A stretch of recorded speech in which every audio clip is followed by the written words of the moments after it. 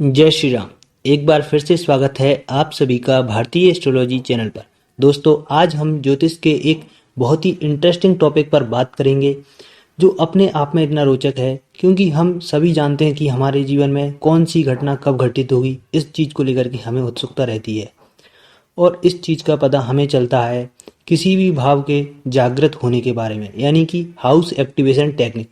दोस्तों, यह टेक्निक एक तरीके से केपी एस्ट्रोलॉजी की है और इसके द्वारा हम पता करते हैं कि कोई भी भाव कब जागृत होता है।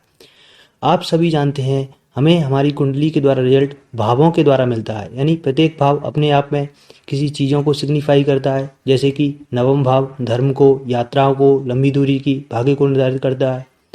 तो वहीं दसम भाव हमारे प्रोफेशन को, चतुर्थ भाव हमारे सुख को, पंचम भाव हमारे अन्य चीज़ों को निर्धारित करता है, दूसरा भाव धन भाव को दिखाता है। तो प्रत्येक भाव की अपनी अलग महत्ता है।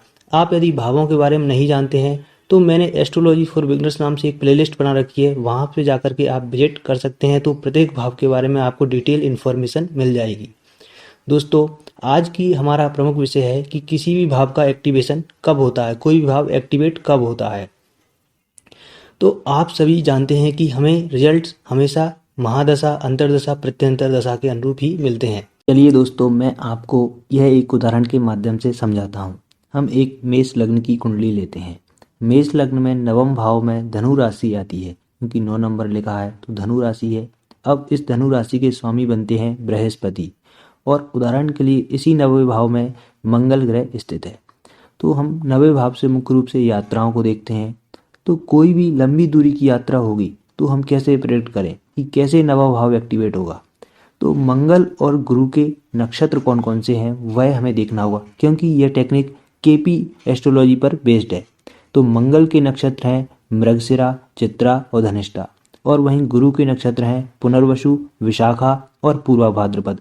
जब भी कोई ग्रह इन्हीं 6 नक्षत्रों में से किसी में भी बैठेगा तो हम कहेंगे कि उसकी दशा, अंतर्दशा या प्रत्यंतर दशा में आपको यात्रा होने की योग बन सकते हैं, नवा भाव एक्टिवेट रहेगा। जैसे कि चंद्रमा एक ग्रह बनता है, वह मृगशिरा नक्षत्र में बैठा हुआ है, तो चंद्रमा की महादशा आएगी या अंतर्दशा आएगी या प्रत्यंतर दशा आएगी, और गोचर भी उस समय फेवरेबल होगा, तो आपकी यात्रा के योग बन सकते हैं। परंतु एक कंडीशन ये भी बन सकती है कि हो सकता है कि मंगल के नक्षत्र में कोई ग्रह स्थिति ही ना हो या गुरु के नक्षत्र में कोई ग्रह स्थिति ना हो। तब क्या करेंगे? तब आपको यह देखना होगा कि मंगल और गुरु स्वयं अपने नक्षत्र की भांति व्यवहार करेंगे, यानी इन दोनों की स्वयं की दशा, अंतर्दशा या प्रत्यंतर दशा आएगी, तो उस समय काल में आपको यात्रा के योग बन सकते हैं। सिर्फ यात्रा ही क्यों, हम नवे भाव से अन्य भी चीज़ों को देखते हैं। जैसे कि भाग्य है तो भाग्य से जुड़ा हुआ कोई कार्य हो सकता है, धर्म से जुड़ा हुआ कोई कार्य हो सकता है, रिलीजन से जुड़ा हुआ। आपके पिता को भी हम नवे भाव से देखते हैं।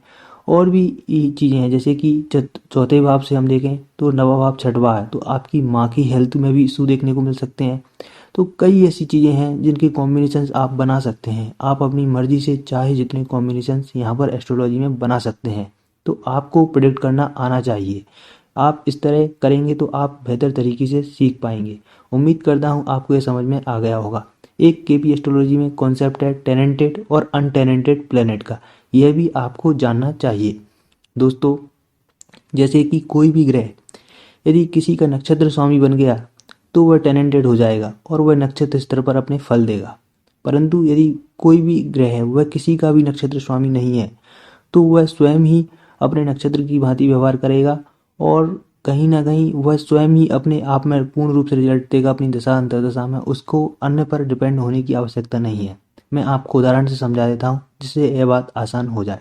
जैसे कि मंगल एक ग्रह है और वह बुध के नक्षत्र में बैठा हुआ है, तो यहाँ पर बुध नक्षत्र स्वामी हो गया, तो बुध ग्रह यहाँ पर टेनेंटेड हो जाएगा और यह नक्षत्र स्तर पर फल देगा। यानी जब भी मंगल की बात आएगी तो मंगल हमेशा अपने नहीं बुध के परिणाम देगा। और वहीं यदि कोई भी ग्रह यहाँ पर किसी का नक्षत्र स्वामी नहीं बनता है तो वह स्वयं की दशा अंतर्दशा में स्वयं के ही फल देगा। यह बात आपको तय कर लेनी चाहिए।